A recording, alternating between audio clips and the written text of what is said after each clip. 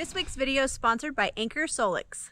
The Anker Solix C1000 recharges to 100% in just 58 minutes when the ultra fast charge mode is turned on in the app and it's connected to an AC power supply. That's 27.5 times faster than power stations with the same capacity. It has 11 ports with 1,056 watt-hour capacity, 1,800 watt wattage output, and 2,400 watt surge wattage via surge pad, and can power 99% of appliances. It is 15% smaller and more compact than the industry average, which makes it easier to carry around. The Anker Solix C1000 has long-lasting battery technology and LiFePO4 batteries that come with a 10-year lifespan and a 3,000 charge cycler. With the Smart Control app, you can check real-time status and use remote control for the power output. The Anker Solix C1000 portable power station is now available. You can find more information about this impressive product by clicking the link in the description box, so don't miss out on this opportunity.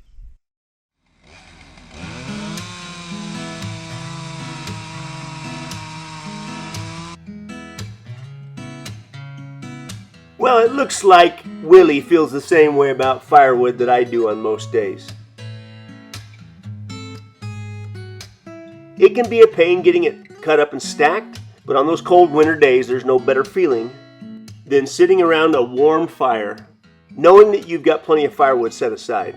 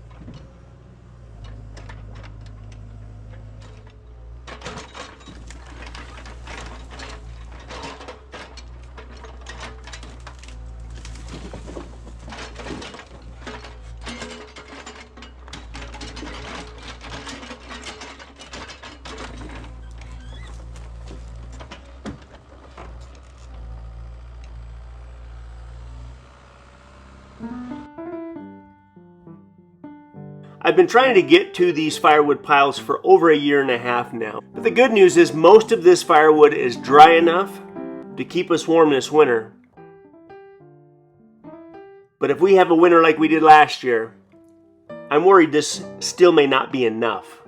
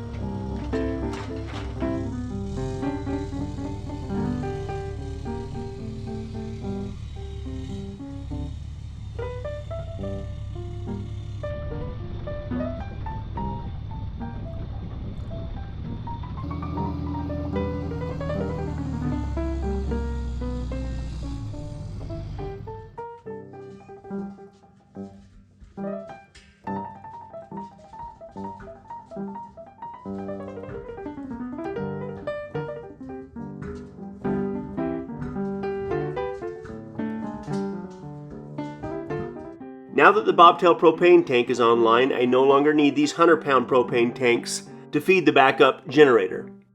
It'll be nice to have less stuff in this area.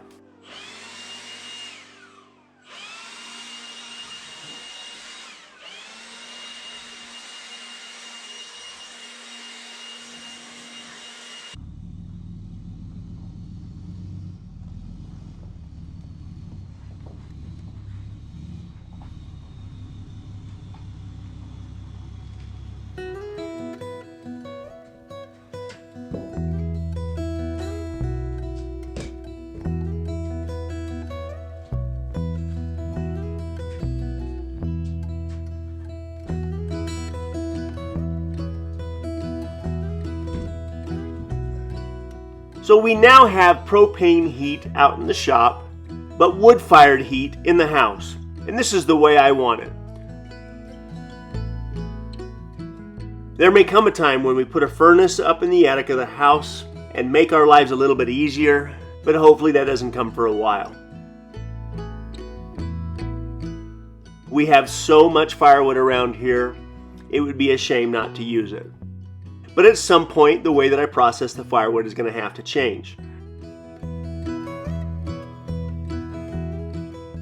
At some point, there's going to be a lot less trees to cut down, and I'm going to have to think long term about how I use it.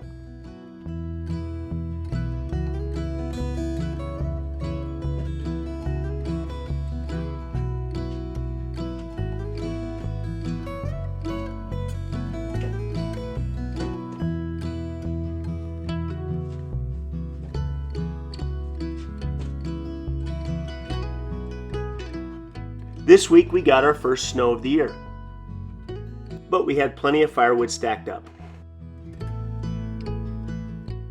The state inspector, which will inspect the high fence pen, is scheduled to show up in 2 days.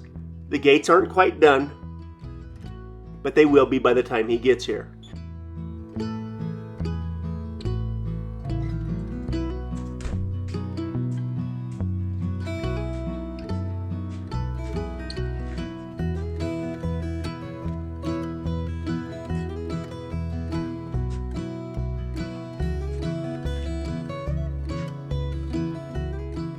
If I'm responsible enough to bring 5 kids into this world with my wife's cedar, then I need to be responsible enough to have enough firewood set aside to keep this same family warm whenever they need to be kept warm. To me, that's how I look at it. To me, it's that simple.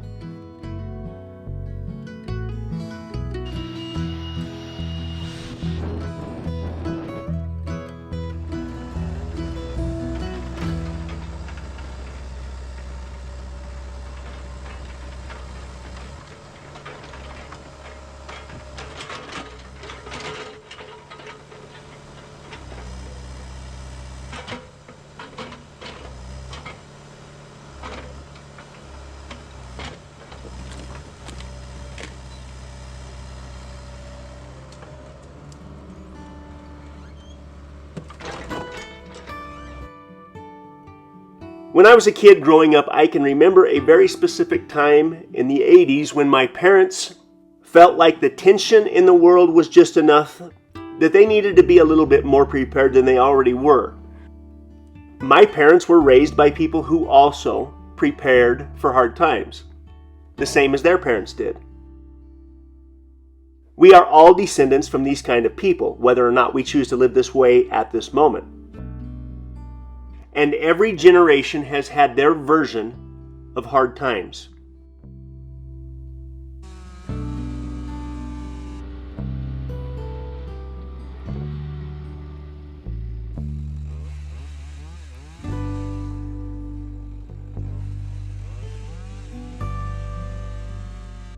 If I had to take a hard look around me and make a decision as to whether or not I thought good times were coming or hard times were coming, and prepare accordingly, to me it's obvious that hard times are on the horizon.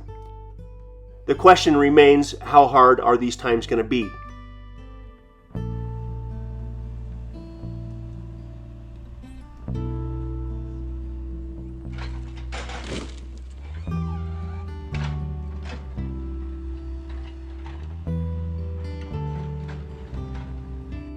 This will be the second time in my adult life where I will witness a recession firsthand. The difference is, at this moment, I feel that I'm a little bit better prepared than I was in 2007. In 2007, I worked for a man that said, "Make hay when the sun shines." He insisted that at some point, the real estate market in Arizona could not sustain the growth that it had up to that point. About a year later, this man's company went from a little over 180 employees to 13. But that company survived, and they're still around today because he prepared for what he saw coming.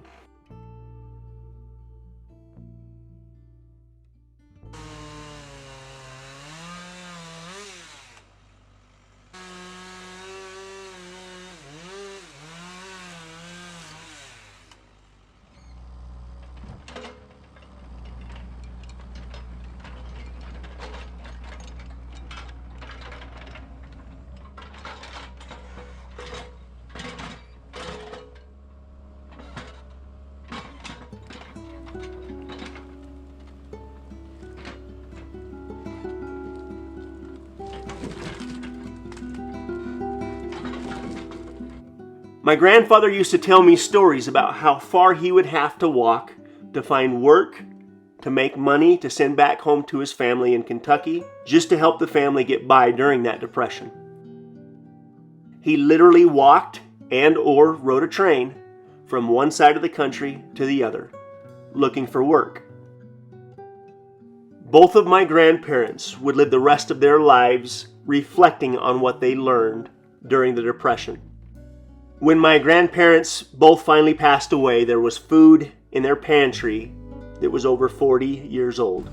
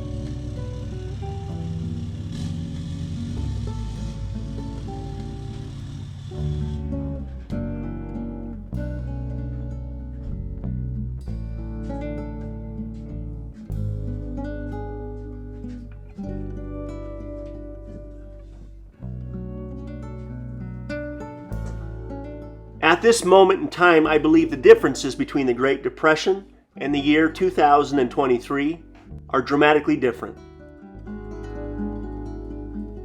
It seems that the forces working against good are working much, much harder than they were back then.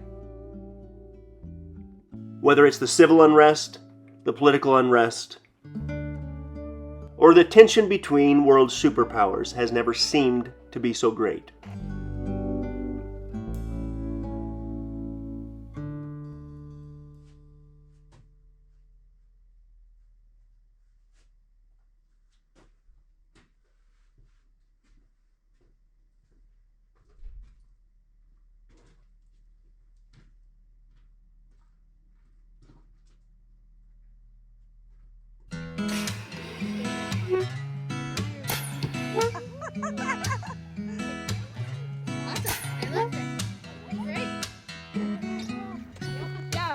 Stuck in a corn maze.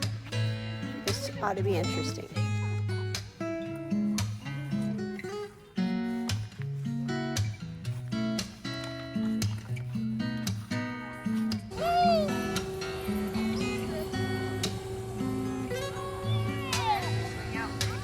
That's hilarious.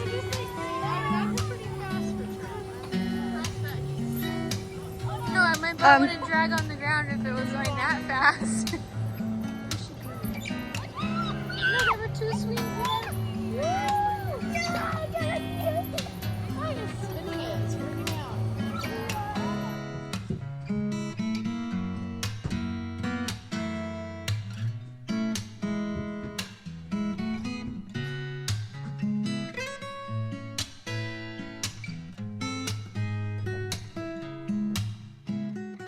Again, as a husband and a father, I believe it's my responsibility to pay attention to what's happening around us without being fanatical and wasteful, and doing what I need to continue life here at Red Poppy Ranch. So I don't know what's going to happen in the coming weeks, especially in the tensions around the Middle East. But what I do know is the temperature here at Red Poppy Ranch is going down. So while I'm casually paying attention to what might be happening in the world, I'm focused on what is needed to continue to live the way we want to live. And that's about all I can do. I will continue to casually prepare for what I see right in front of me, as well as what I think might be coming down the road, while occasionally looking in the rearview mirror and reflecting on the past.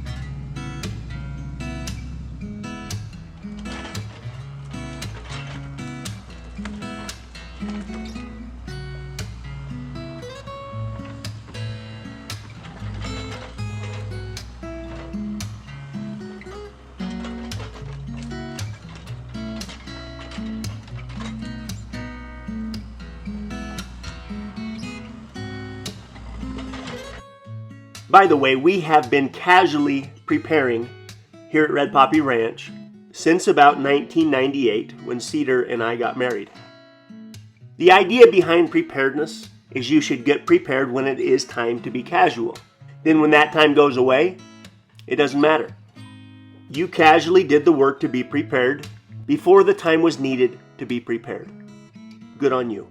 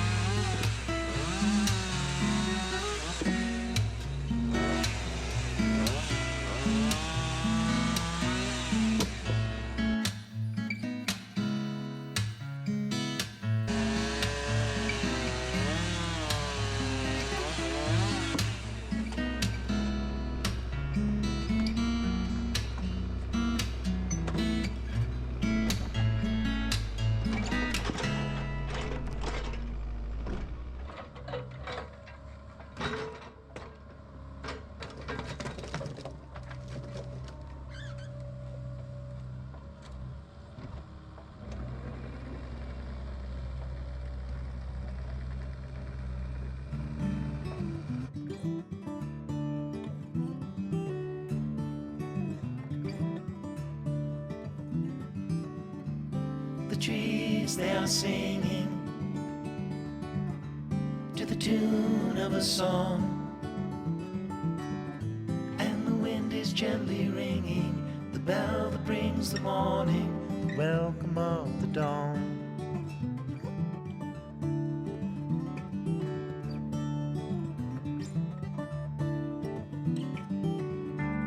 The voice robin, the call of the dove. The red leaves are falling, the barn owl is calling, the welcome of the dawn.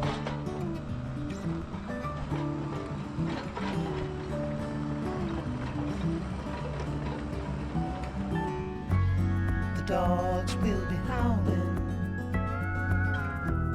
in the early morning light. All are happy to be out in the ending of the night, the welcome of the dawn.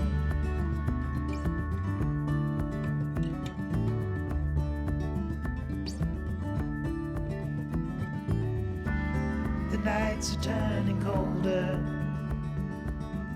soon the falling of the frost. Soon the summer will be over. You feel the change is closer at the welcome of the dawn.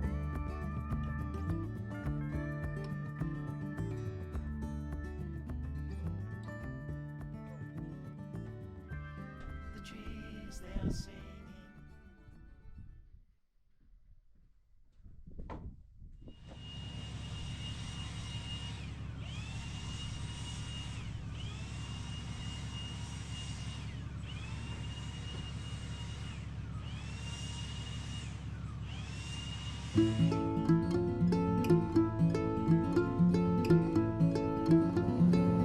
Is that Reed over there? He was at the top, he just went down.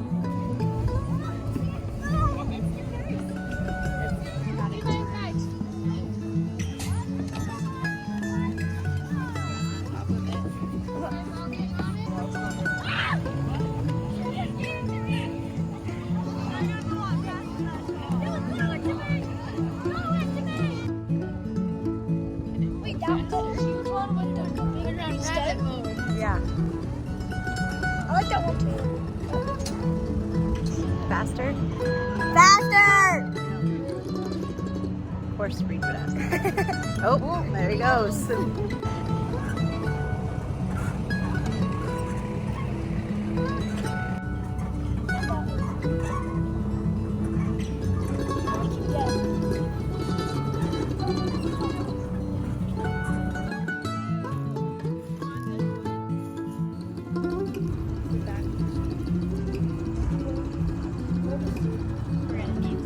So weird. That's crazy. They're so pretty. I feel like the white one is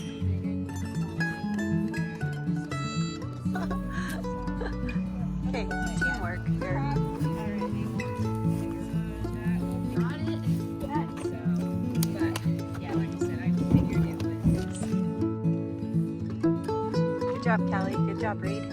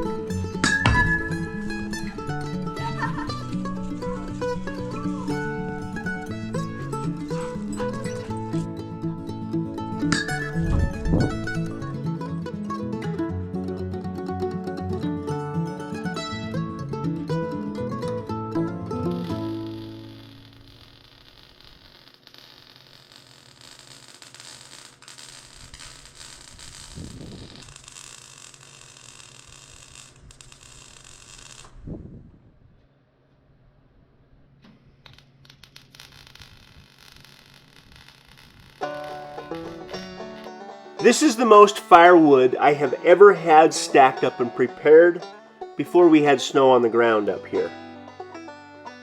This is probably somewhere around 4 to 5 cords of hardwood maple that's cut but not split.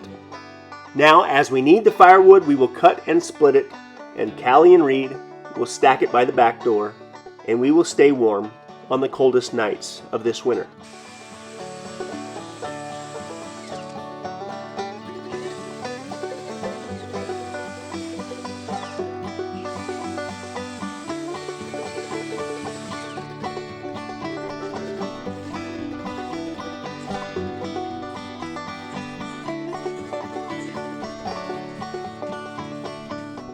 This is one of 5 gates that I'm building to finish up the high fence pen.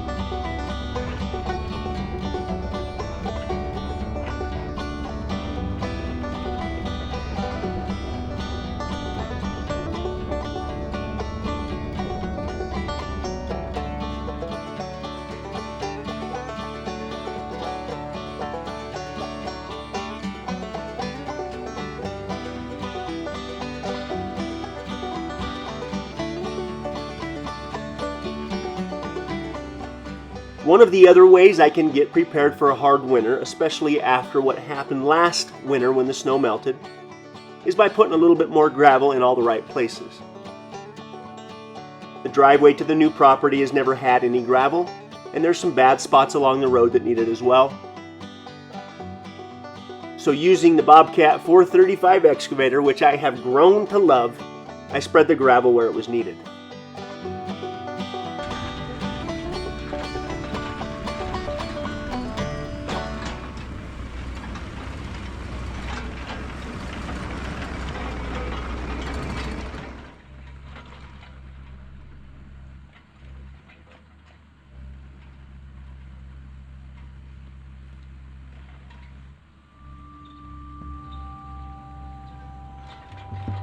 About 24 hours after I would spread all of this gravel, we would get our first winter snow, but we would also get almost an inch of rain at the same time.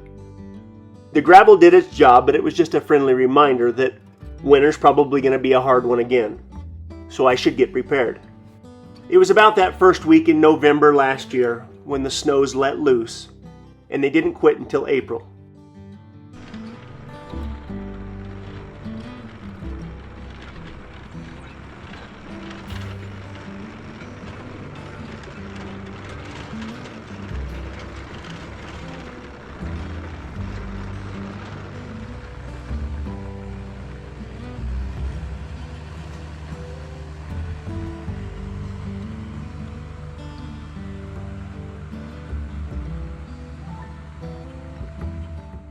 I believe the future is bright, but it's going to be bright because I'm going to be there to make it bright. I would challenge you to do the same. Stop believing the hype. Make your future bright by being prepared for what you think is coming, good or bad, because there's almost always an opportunity if you're prepared to see it.